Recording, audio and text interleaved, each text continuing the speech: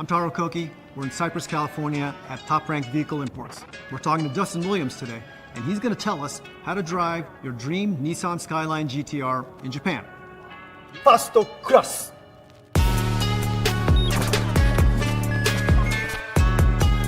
Hey, what's up guys? My name is Dustin Williams and today we are in Los Angeles, California driving an R33 GT-R. Top Rank Importers was kind enough to lend us this car for the day, and in today's video I'm going to be explaining to you guys one of the biggest questions that I get asked. How do I actually rent one of these in Japan and drive around? So today we're going to go step by step on how exactly to do that. Step one in figuring out how to drive a JDM car in Japan is obviously picking the cars that you want to drive and where exactly in Japan you want to go. So once you figure all of that out, then you'll start looking into where you can actually rent these cars. For me personally, I would look over at Top Rank Importers. They can help you find somewhere specifically in Japan to rent something like this.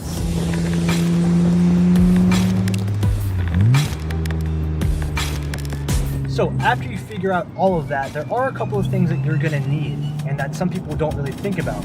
Number one being you're going to need an international driver's license. In order to drive in a different country, your US license won't work. So the easiest way to do this is to go to your local AAA or DMV and go sign up for one. It's super easy, takes about an hour, and you're set and ready to go after all of that. Once you have your international driver's license, you're going to want to get insurance. Insurance is very important because when you're over there, you don't want to rent a car, have something happen to it, and then you're on the line for something going wrong. So I would head over to Top Rank Importers. They can help you out and source insurance that will work for you on whatever you want to do while you're over there driving. So once you have all those steps knocked out and your licensing and insurance figured out, you're going to hop on the plane, land in Tokyo, and then want to go pick up your car. Well, once you pick up your car, there are a couple of things to know before you actually start driving around. Number one being there are toll roads. Now, driving in Japan is pretty expensive and toll roads are very frequent. So you're either going to want to set up a toll account or you're going to want to carry lots of cash with you so that you can get through the toll roads. Next up are the gas stations. Gas stations are a little bit harder to find in Japan and gas is a little bit more expensive. So if you want to go on a road trip or take a long drive in Japan, make sure to map out gas stations in your area and save up enough cash to be able to pay for gas while you're out there.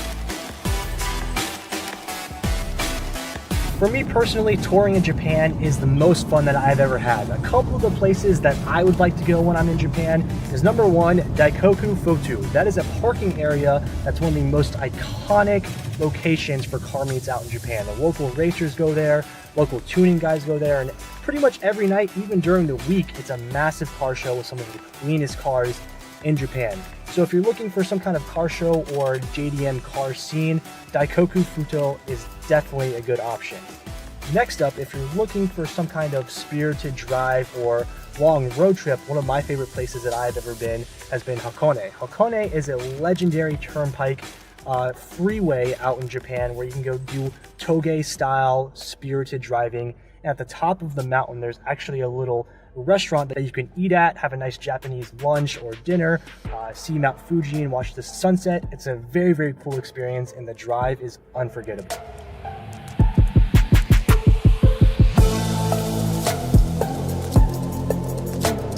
I was fortunate enough to be able to buy a car out in Japan and drive it for the first time ever in a completely different country. And coming from the US, driving here every single day and then going over there and trying to figure out how to drive a different country on the wrong side of the road, it's completely mind-blowing. But it was one of the coolest experiences I ever got. So I was able to buy and drive an R34 GT-R in Japan, and for my first time ever get to actually tour the car to some iconic spots out in Japan. So initially when you get in the car and you start driving, you just feel so awkward. You're on the complete opposite side of the road. You don't know which way to turn when you're making your left-hand turns, your right-hand turns. It's definitely a completely different experience getting to drive out there, but it's completely worth it.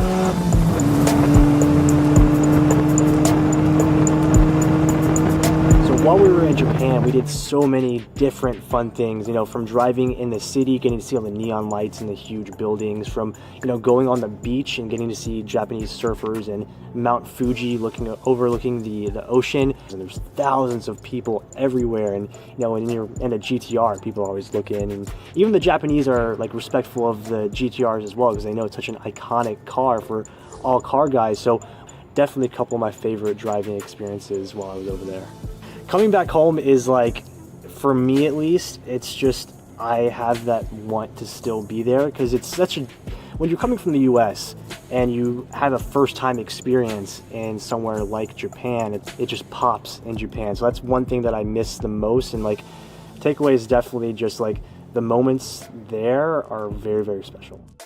If you're looking to go to Japan and you want a tour, I encourage you to get your car, especially if you're a car guy. Get that JDM car and, you know, map out a couple of places that you've always wanted to go, and just take the car and go. Figure it out as you go, because that's the fun part, is not knowing, you know, because when you don't expect something and you like figure it out, like my first time parking in a parking structure in Japan, like that was accomplishing, you know, like, yeah, I just parked a car, but like you figured it out on your own, like a parking structure, and it's so different. So like the experience is not only getting to drive, but figuring out streets on your own, figuring out parking, and all the little things is just add-ons to the entire experience of driving in Japan. I'm a GTR guy. I love GTRs. Ever since I was a kid, the Skyline GT-R has always been my dream car, specifically the R34. And now I'm fortunate enough, you know, I was able to get an R32 in America, but my ultimate dream was to actually have an R34 in Japan and be able to have that real experience of, you know, getting to drive it in Japan, but also getting to build it in Japan. So getting to see the heritage of the GT-R being, you know, the monster that it is, it was always just a car that I kept close to home in my passion, you know. So once I had that experience of like going to Japan, picking up that car and actually driving it, it was just mind-blowing. And like from then, like my experiences have just like started to roll into driving, you know, iconic locations where like the Japanese night scene street racers go to, and it's like everything that you see and that you hear about in Japan that you want to know is all real. Like your thoughts of how Japan car culture is completely real, and even better than you can imagine. So having that full GTR experience in Japan is just probably the most special thing I've ever done.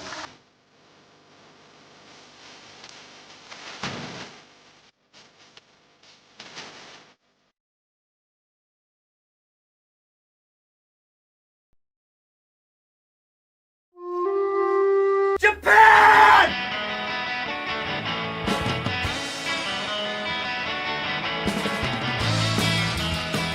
第7位 1968 Honda S600. You can say this little coupe is a spiritual ancestor to the S2000 sports car. After establishing itself as a motorcycle maker, Honda started building automobiles, and this one you see here is the company's first mass-produced example. This car didn't come stateside, but it did pave the way for the N600. 第6位 1930 Datsun Model 16 Coupe. We're really not big fans of cars that predate our grandparents, but this classic from DAT, which eventually became Datsun and is now known as Nissan, is one of the first mass-produced cars in Japan. Built off the country's first assembly line, it catered to Tokyo's wealthy clientele who drove around the city to show off in front of their common folk neighbors. 第5位 1968 Subaru 360. Okay, it's not exactly the WRX STI, but without this econobox that catered to the working class in post-war Japan, there would not have been a WRX, a Legacy, or an Impreza.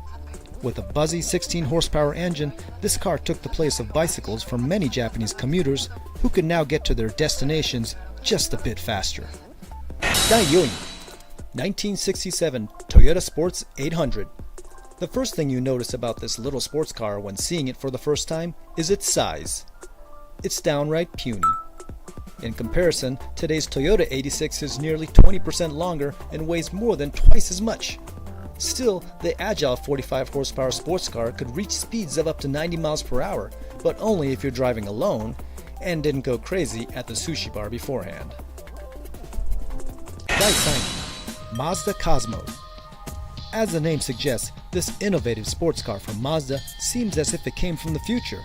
or some other planet. That's probably why it was cast as a main ride in the classic Japanese TV show Ultraman.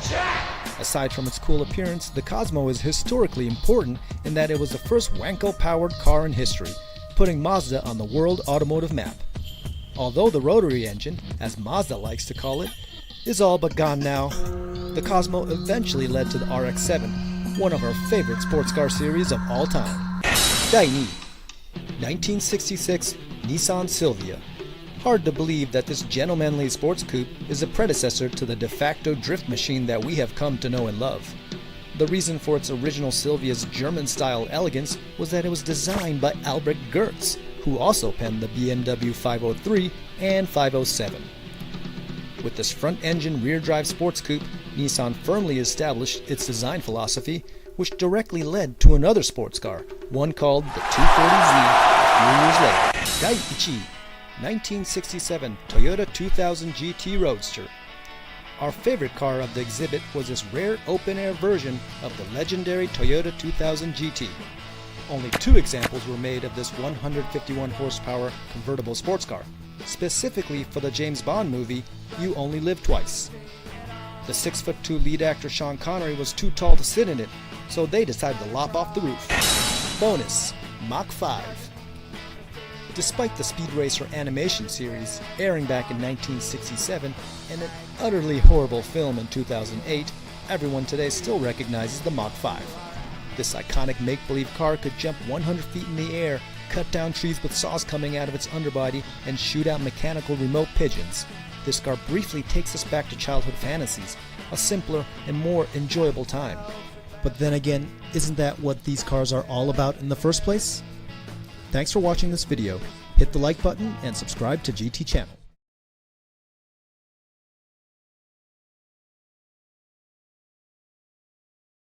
This is my 8th year coming, and I think this is probably the most I've ever seen in the JCCS.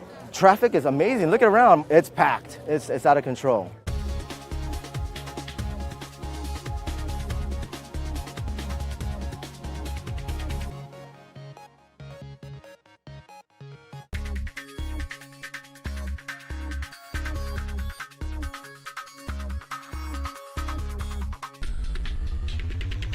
I brought my 1972 Datsun 521 pickup truck.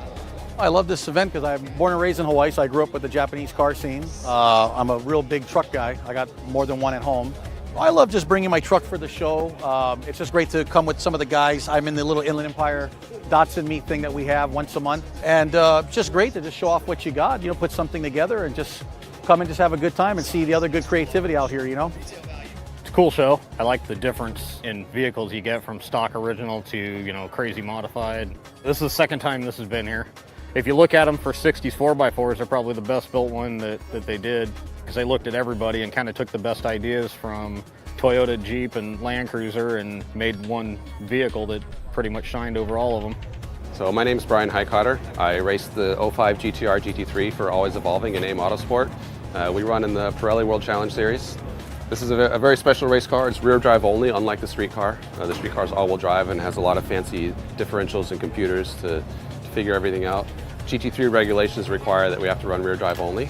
So that's the main difference between the cars. The engine is basically stock. So it shares a lot of DNA with the street car. So it put a lot of rubber on the ground, produce a lot of downforce, and it hauls pretty good through the corners. Honestly, for me, I'm a car enthusiast of all cars. So I know I own a Nissan, you know, Hakosuka, but I actually like everything that's here. I mean, from the Mazdas to the Toyotas and obviously the Nissans.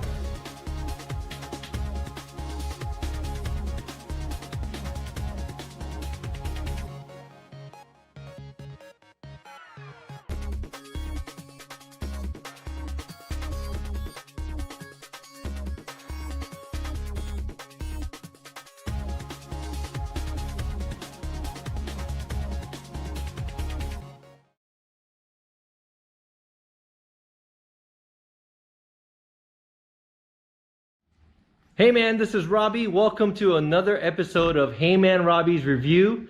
Here, every episode I will be inviting special guests and their crazy builds so I could actually go over their cars and maybe even go and test drive their cars. Today I have somebody here with a crazy build and everybody's favorite car. So let's go and check out who's here.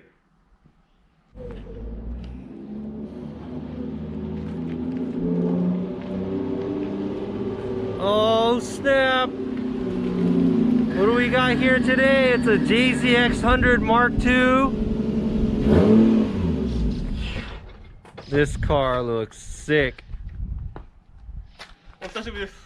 I would like to welcome Akimoto from Shout Rogue, Team Shout Rogue. High five, air high five.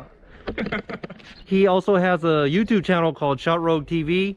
He introduces his beautiful JZX100 in it, and he does all these crazy things in his adventures. So you might want to go and check out his channel too. But JZX100 だけど、これは実はいろいろ改造してるらしいですね。そうですね。エンジンは90ですね。もともとはツアラ S ですね。ツアラ S に、じゃあ JZX90 のそうですね。具を全移植。そうですね。もともと乗ってた90の部品を、車体だけツアラ S を買ってきて全乗せっていう感じですね。Alright, so as you already know, this is probably one of the most famous body kits they have for the JZX chassis. It's a BN Sports kit, and it looks like it has a BN Sports hood. Why did you decide to make the car look like this, and why did you decide to get this painted this dark blue color? このこういうのに関しては、もともと買った車はこの色なんですよ。特にこだわりないんですよ。ただ、あんまみんな乗ってないし、街中で目立たないし、外装を BN にした理由は、まず一つはこのワイドフェンダーの人が一番好きなんですよね。BN のが自然というか、嫌味じゃない出方というんですかね。カーボンピラーカバー昨日作ったんですけど。作った？純正のモールあるじゃないですか。はい。上にカーボン繊維を乗っけて、エポキシ樹脂で固めて成形するとこうなる。じゃあもう本当にカーボン針からスタート。そうです。When I look at the rear of this car too, this is kind of cool. I like this how he has his team name on the trunk. これは、YouTube でハイピチュっていうチャンネルやってる、YouTuber の方が、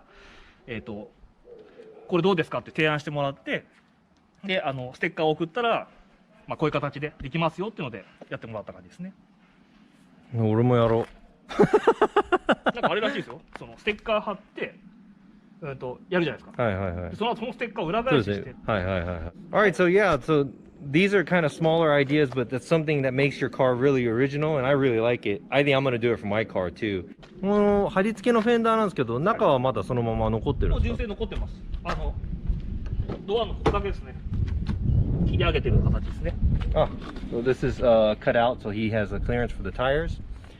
で、普段乗ってるのはタイヤはまあサイズはこのぐらいなんですか？265の剣高、日光とか路面が悪いところはペルギアの 08R とかですかね。なるほど。あとは ATR の123とか。So I think this is a very popular setup in Japan. A lot of the guys who drive the JZX90, JZX100 chassis, they run square size. They run 265s all the way around.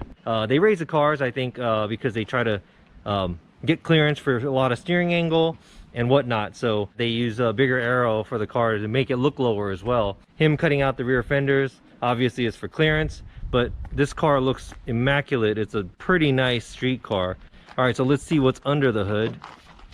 Ooh, pretty shiny. And I like how his valve cover is digital camo. That's pretty cool. What I see is I see this carbon fiber tower bar. カーバーはカーボンを作成しようかなと。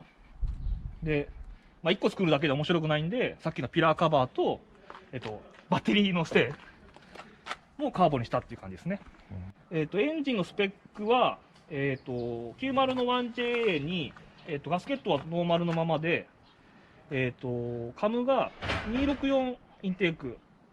で、エキゾーストも264ですかね。で、タービンがトラストの T67 の 25G のキットで、エキゾーストが10センチだったと思いますね。あとはここに見づらいですけど、去年つけたレーシングブローオフをつけましたね。Alright, so what ECU do you run? コンピューターは、90用のパワー FC ですね。パワー FC。はい。なんで、元からエアフローレスができるやつ。マニアックなポイントでお気に入りなのはあります。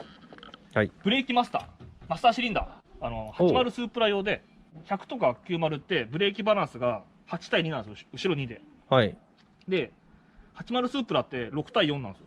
だからブレーキで車がブイって前のめりにならなくて、上からこう押さえつけるのがギュイって効くんで、ちょっとケツは出しづらくなるんですけど、ブレーキも効くし、なんだろう、ドリフト中にケツが抜けないんですよね。はいはいはいはいはい。Wow, that's crazy because I know everybody goes out and puts in brake balancers because you want to actually change the brake bias to something different so the front brakes don't work too much or the rear brakes doesn't work enough. 多分2万円ぐらいじゃないですか、こういうのって。もっとします？で、ボルトーンなんですか？ボルトーンです。あと、はい。よくありがちな100だと、多分これブローバイホースって2本来ると思うんですよね、こっちに。インテーク側に。で、これ、見た目良くするために1本にしてるんですけど、1本は、ここから出るんですけど、こっから行ったやつが、エンジンの真裏で、なんていうんですか、バイクとかの排気開放すみたいなフィルターあるじゃないですか。あれに付け替えちゃって、見た目良くしてるんですよね。He takes intensive care about his car with water temp. He also has a water squirters here mounted. この水スプレーヤーは何かで連動してるんですか？これは自分で手動に今してますね。ボタンがあって、押すと、押してる間ずっと駆動する形ですね。いや、水温にはすごくこだわってますね。そうですね、仕様的には。こんな見た目なんですけど、エアコン残ってるんで、水温がすぐ上がっちゃうっていうのと、あとは、BL のバンパーの開口部がめちゃめちゃちっちゃいんですよね。なんで、ほぼ風が当たってないんで、今また作るんですけど、ここに、ラジエーターフードみたいな作ろうかなと思って。暇なんでカーボンで。なるほど。See, so that's a true street car. He has AC. So even in a hot day, he could be waiting at the track in line and turn the AC on. And be in sports, build something that has a bigger opening. All right, so let's check out and see what's inside the car. Man, I saw this thing a little earlier, but this is nice. It's got the Brid door panels. It's got Brid floor mats, both sides. It's got Brid shift knob and e-brake cover, center console cover, and Brid seats. All right, so he wants to keep it simple, so nothing is on his dash. He has a few meters, and I believe those are defies on the passenger side that are inside the dash. でも外には上には乗せたくないですね。そうですね。だから基本的には後付けパーツは全部埋め込みにしちゃう感じが好きです。純正風にがしたいんですよね。なるべく。ロールバーもがっちり入ってるんですけど、でもガセットも全部もうこういう感じで欲しいっていうオーダーで作った。そうですね。基本的には。ここのガゼット、初めは分割調と話してたんですけど、やってくれた人が、うまくバーリングして曲げもできたっていうことで、両側とも1枚で作ってもらった感じですね。サイドバーにしても、もともと90の時、ダッシュ逃げっていうんですか、あれつけてたんですけど、もう乗り降りの時邪魔でしょうがなくて当たっちゃって、だったらダッシュ貫通で、ちょっと低めにクロス入れて乗りやすくした感じですね。あとこだわったとこは、今ちょっとこっち外しちゃってますけど、このロールバー取れるようにして、タイヤを積載できるようにしたっていうところですかね。Also, the cage is painted. It's like a gunmetal, almost bronze. It's a gunmetal. これ何色ですかね、ロールバーは。これガンメタですね。ガンメタですか？ FD かなんかのガンメタのはずですね、確か。なんか茶っぽいちょっと茶色が入ってる感じですね。I'm excited to see what's under the car because the top of the car already looks so good. So it's probably going to be super cool. So let me go ahead and put it on the lift. All right, the car's in the air. Let's check out what's underneath it. I'm going to go ahead and start from the front, but when I was putting it up in the air, I just noticed that it's very clean and simple underneath. How often do you go to track? そうですね、月1か3ヶ月に2回ぐらいですかね。So the car looks like, I mean, he's been to the track a lot. There's a lot of modifications. He has a sway bar up front. And also, じゃあ気が滑りましたね。So he has the subframe that was modified where the steering rack is moved forward for it to avoid the steering going over center. And he also has the Heyman knuckles, the 1200 with the extended lower arms. And as you can see, these IKEA Formula tension rods and a TRD brace. And here's a dump pipe on the bottom of the car for the wastegate for his turbo kit. Suspension, he has DG5s front and back. What rate springs do you run? 24キロですね。24キロ。はい、後ろは後ろは7キロです。He has a standard R154 manual 5-speed transmission. Now he has this valve. This is an Apex exhaust valve where you could pull a wire from the inside of the car and it closes the valve and makes the exhaust quieter and louder since it is a street car. But what I want to show you after that is this crazy exhaust layout. It's like a maze. もうこれちょっとどうなってるんですか？これどこまでどうなってるのかちょっとわかんないですよこれ。一応、どっちだ？こっち側のパイプが、まあ、なるべくストレート構造で、後ろまで行くと。で、もう一本のこっちは、今のストレートの長さの倍の長さ。で、ここに集合すると。で、集合したのが、レゾネーターとこの太鼓の中で反響して、まあ、音が出るっていう感じですね。なるほど。How does it sound?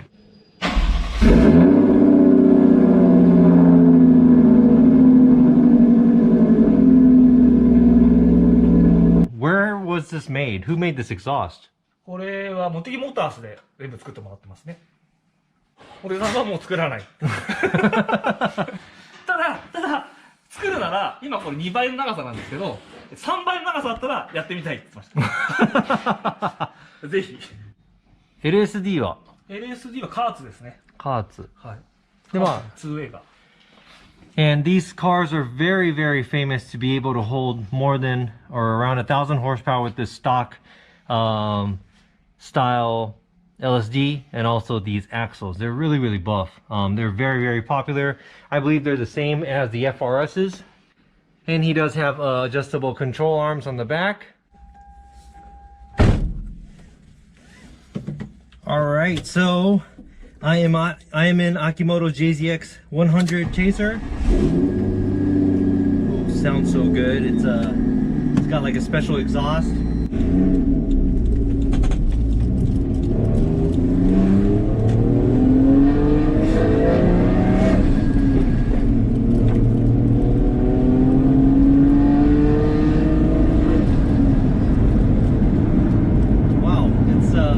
Very smooth. It's a 2.5 liter 6-cylinder, so the car has a lot of torque. The suspension on it is very, very mild. I mean, maybe it's the chassis, and maybe because the car is big, or since the chassis is really buff, it makes you feel like it's not even a car that could be on the track. Or maybe it's because he has the suspension set up the way it is. Gas pedal is very responsive. I mean, this 1J motor is usually a twin turbo stock, but he's got a single turbo upgrade, has cams in it, and like he said, the motor is stock, gasket's stock. But also, this kind of reminds me why everybody wants a JZX chassis, because the car is very comfortable. You can drift it. It looks really good, you know.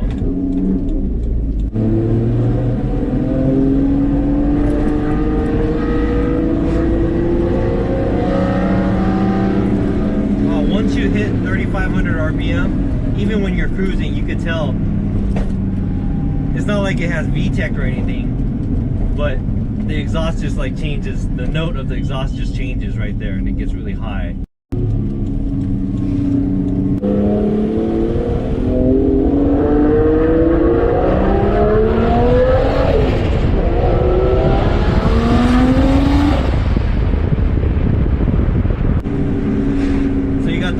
Sound, you got the high-pitched exhaust sound. This car sounds good, and it's really cool. It's fast. The boost kicks in. The boost kicks in probably around 3,500, 4,000. It's not a super huge turbo, but I think it's one of those turbos that are very, very. It matches really well with the 2.5 liter engine, so there's not that much turbo lag.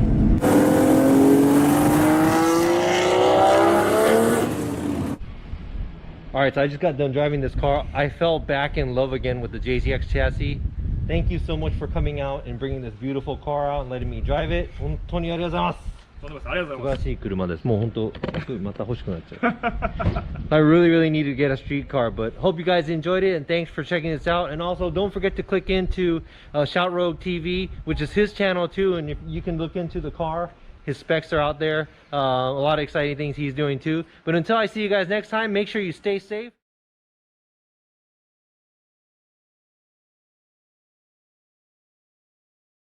I'm Taro Koki in Cypress, California at Top Rank Vehicle Imports. We're talking to Brian Janusz today, and he's going to tell us step by step how to import a reliable JDM car from Japan. You're watching Fast Class.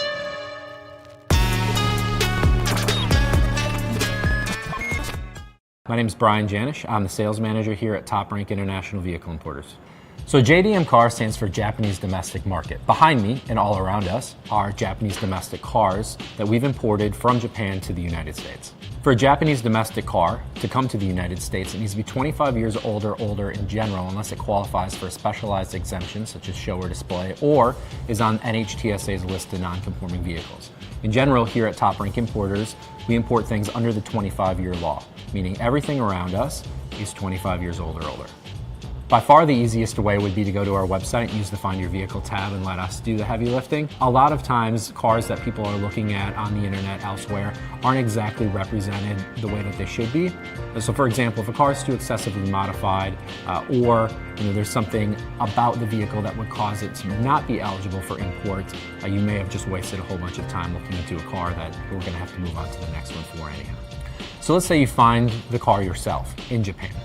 There's a few ways that we can go about securing the car for you. First off would be negotiating with the seller, assuming it's a dealership or possibly under negotiation at auction, and trying to secure the car that way.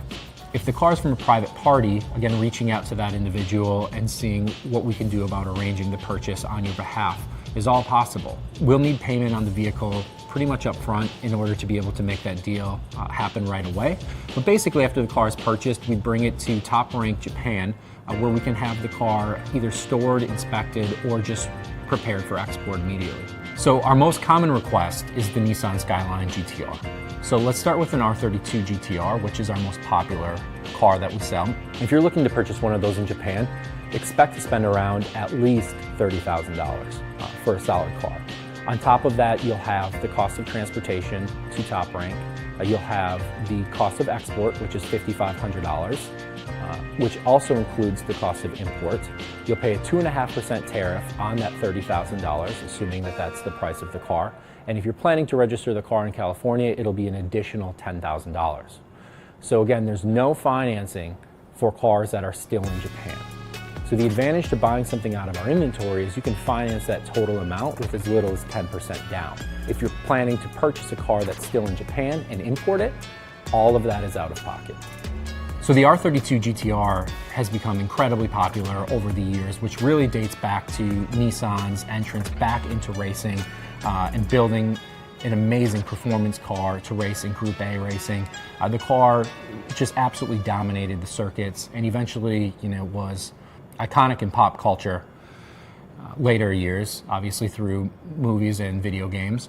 But the Nissan Skyline GT-R has some components that we did not see here in the US and other cars.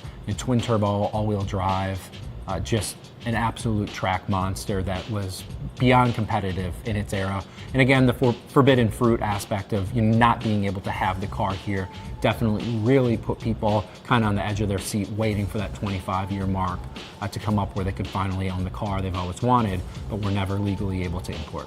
So when we are looking to purchase an R32 GT-R, and obviously we have a lot of them, or any JDM vehicle for that matter, there's a few things that we look for. One, regional. So we want to make sure we buy the car from a region that isn't notorious for rusty cars, lots of salt on the road. We take climate into consideration. And then the next thing that we start looking into is overall condition of the vehicle. So we want to make sure that the car, if possible, hasn't been involved in any major accidents or has any large rebuild issues on it. And then also, even if the car is from the Tokyo region, really starting to look into some of the rust issues that can be common on these cars. Rear quarter panels, the underside of the car obviously can be certainly an issue inside the trunk, sometimes an issue for rust as well. And so it goes beyond just the surface and what you see on the outside of the car. What's underneath can really tell a lot about a car. We typically tend to look for cars that don't have undercoating on them, just so we can see that the floorboards of the car are original and accurate. Sometimes when they're covered with undercoating, which is like a truck bed liner. Basically, it's unknown what's underneath it. It could have been preventative, so somebody would have done it so that it wouldn't rust, or somebody could have done it so that it covers up any rust that's there. So again, some of the things that we look for, anything that we can do to verify mileage is helpful to us. All of the cars in our inventory get marked as true mileage unknown unless we have a way of actually verifying that mileage. So for example, sometimes we get a car in and it says it has 19,000 kilometers on it. That would be next to impossible to find in most cases.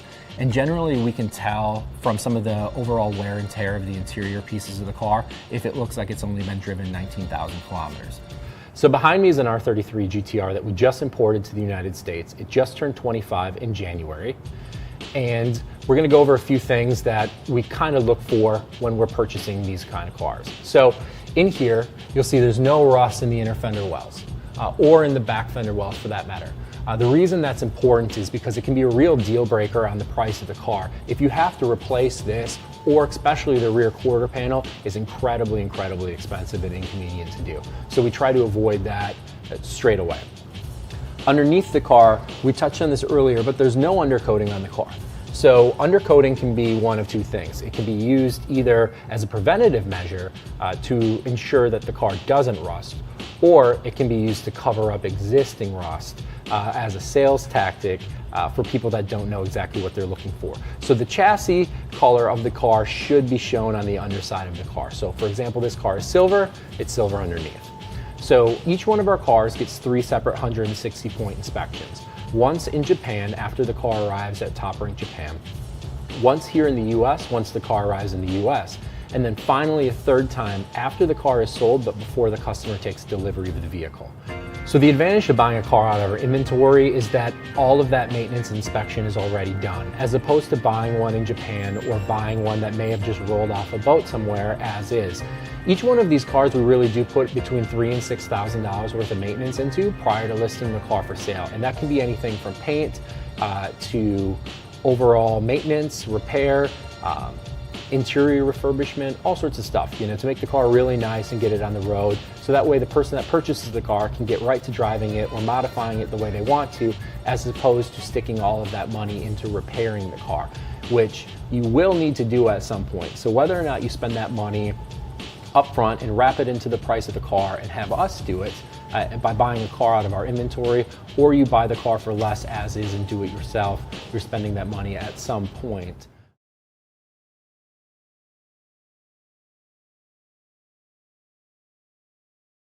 Hey man, this is Robbie and welcome to another episode of Hey Man Robbie's Review. This time I came to Ebisu Circuit again to show you guys something very different from what you would normally see at the track, but we got the Drift family out here. Usually people will come out to the zoo on the weekend or a day off and it's like, hey, let's go for a drive, let's go check out something, let's go to the amusement park. But no, this family says, you know what, screw this, we're gonna come to Ebisu Circuit and all 3 of us are gonna drive cars.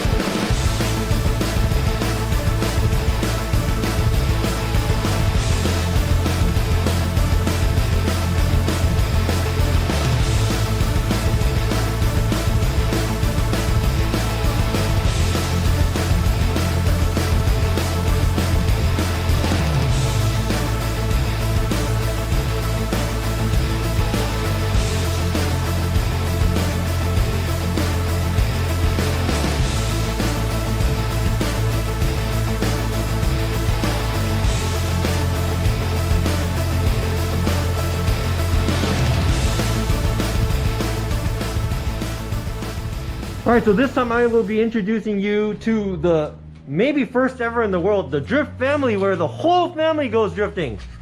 The Minowas. Hi. So this is My name is the Minowa.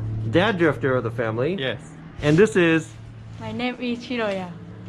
Hiroya, and this is the son. My name is Masaya. So that's the mom. So you got dad, son, and mom. All 3 of them go drifting. So it looks like you guys have 3 Tour Vs. Looks like practice cars, but can you introduce yourself? I'm competing Formula Drift Japan, and I was wants to try Formula D USA, but COVID thing I cannot go this year. But maybe I will prepare again, and someday I will try USA again. So yeah, you already had your car sent over there for the Formula Drift USA to compete, and you've been competing in D1 and Formula Drift Japan now for several years, and he's been like the top 3 ranking for a while. So he had his JZX90 that he sent to the States. It's just sitting there because of COVID. You're 11? You're 11? You have a driver's license? No. What? That's right, I forgot. We're at the track, so you could drive in the track. He can't drive outside the track, so he's here practicing in his car. So, you drift? Yes. Wow. How many years? 2年くらい。2年ぐらい? Man. Why did you start drifting? 親がドリフトをしてたから。 Okay. So your dad drifts, and I know your mom drifts too. どうもこの両親揃ってドリフトしてる。すごい。すごい？すごい。すごいよね。いや、マジですごい。And you are? 私もフォーミュラドリフトジャパンに、もう4年前から参戦しています。で、今年はちょっと練習方法を変えて、まだ来年につながるようになればいいなって思ってます。それで密かに、息子に追い上げられていて、ちょっと焦っています。ちょっと穏やかじゃないですね、心の中は。I know there's a father and son, or a son and father, or maybe even mother and son, or mother and father, but I don't know about all 3. This might be the world's first. ギネスじゃないこれ。ね。Yeah. So I think we already know that he's a pretty seasoned veteran driver. She is already competing in Formula Drift Japan and has a license, and she's also competing. This guy right here, he's 11 years old, and he started drifting when he was 9. From what I've seen before on what you guys posted, he's been driving like a very experienced driver. So I want to kind of look into his car, see what he's got, and what kind of ideas that the family has with him in the future, and also want to go for a ride along with him and see what kind of techniques he has, because he's a little short, you know, but he's not that short for an 11-year-old. So I think ペダルとか手届くでしょ、手も足も全部届くでしょ。届く？届く。いいね。車の仕様とかわかる？ヒロ。パパに言ってみた。So no, let's ask the dad what he's done with this car. This is Hiro's car. Yes. Right? He has a JZX100 Chaser. So it's got the VVTi 1J stock. What have you guys done to this car? So it's maybe easier for him to drive. Like a coilover, knuckles, and LSD, like diff. That's it. Okay. So was this car the way it is all the time, or did it transform? Yeah, transform little by little. Okay. Yeah. So did he drive a manual from the beginning, or No, he was driving? That's his first car, like automatic JZX100. Oh, so that one's his car too.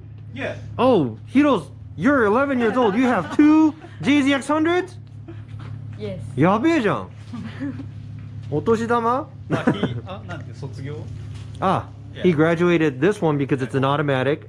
So you just went and just said, hey, let's just put him in a manual instead of doing a swap, right? Who has more cars? Oh, maybe me.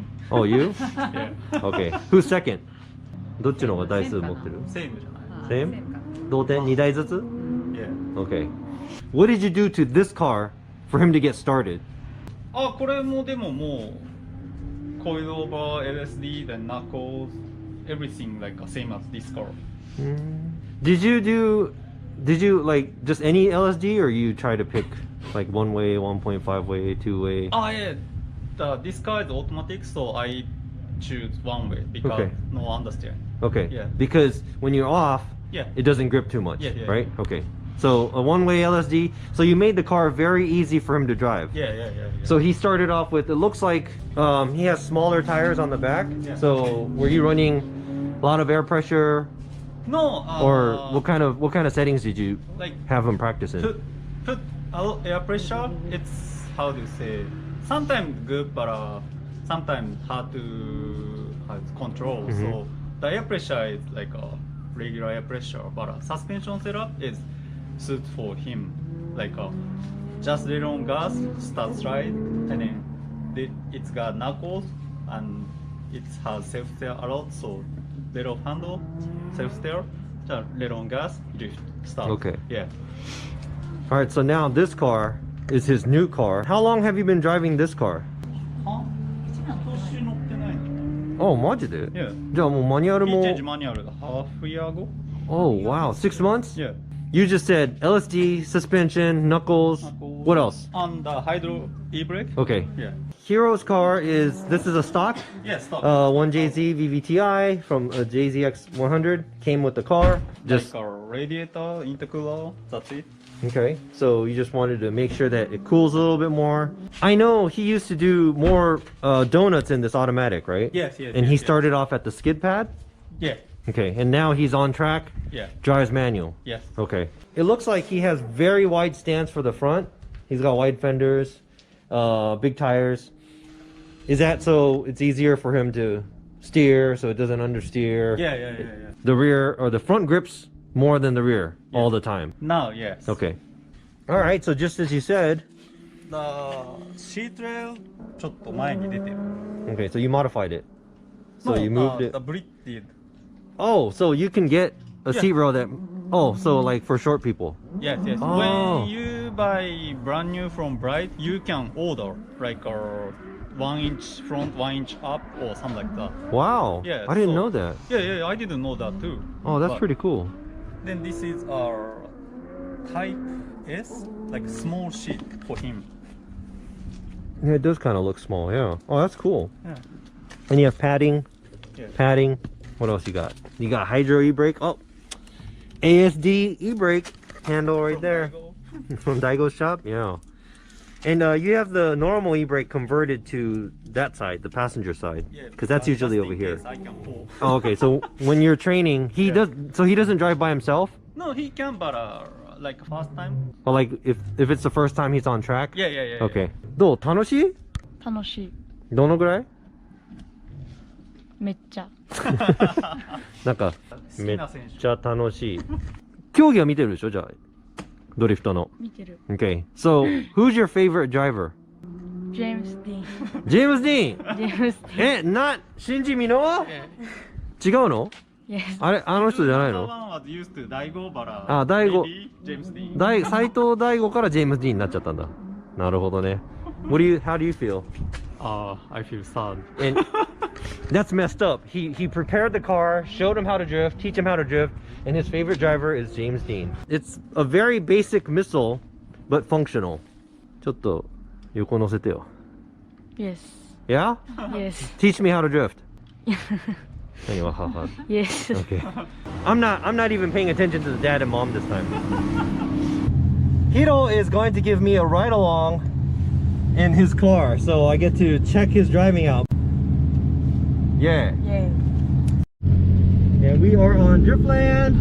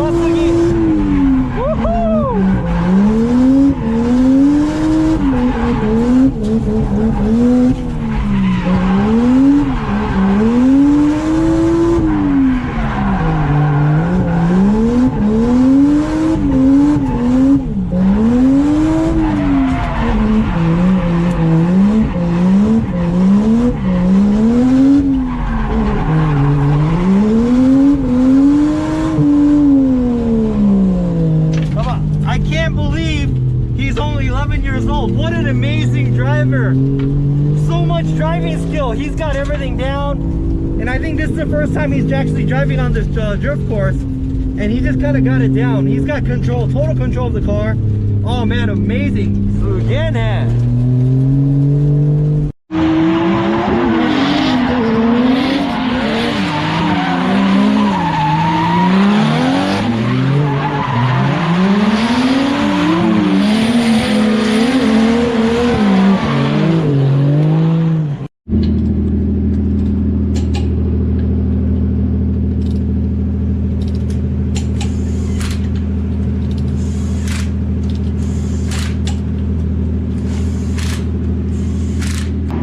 do you guys feel that your son is drifting?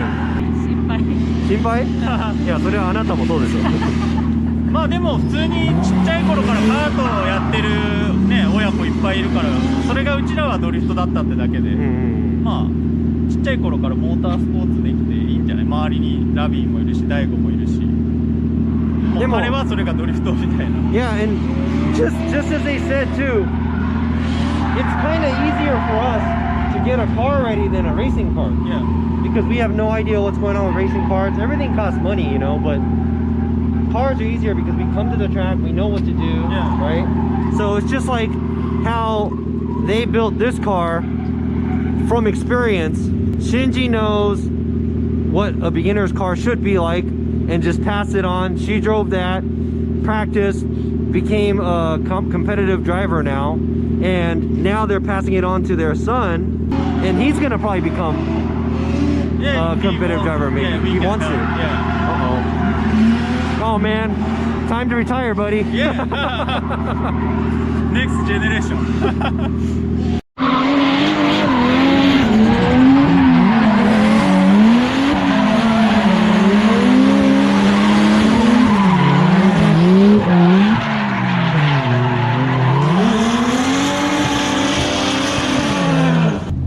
Thank you. やっぱ楽しかった？楽しかった。スーパー楽しいよね。楽しい。Yeah. So I would like to thank the Minowas for letting me do a little preview with what they do, and also Hiroya with this great driving. All families should come out and drift like this. I guess it's not easy, right? Yeah, but it's fun. Yeah, there you go. It's fun. So that's all that matters. Well, thank you for watching and hope you guys enjoyed it. And until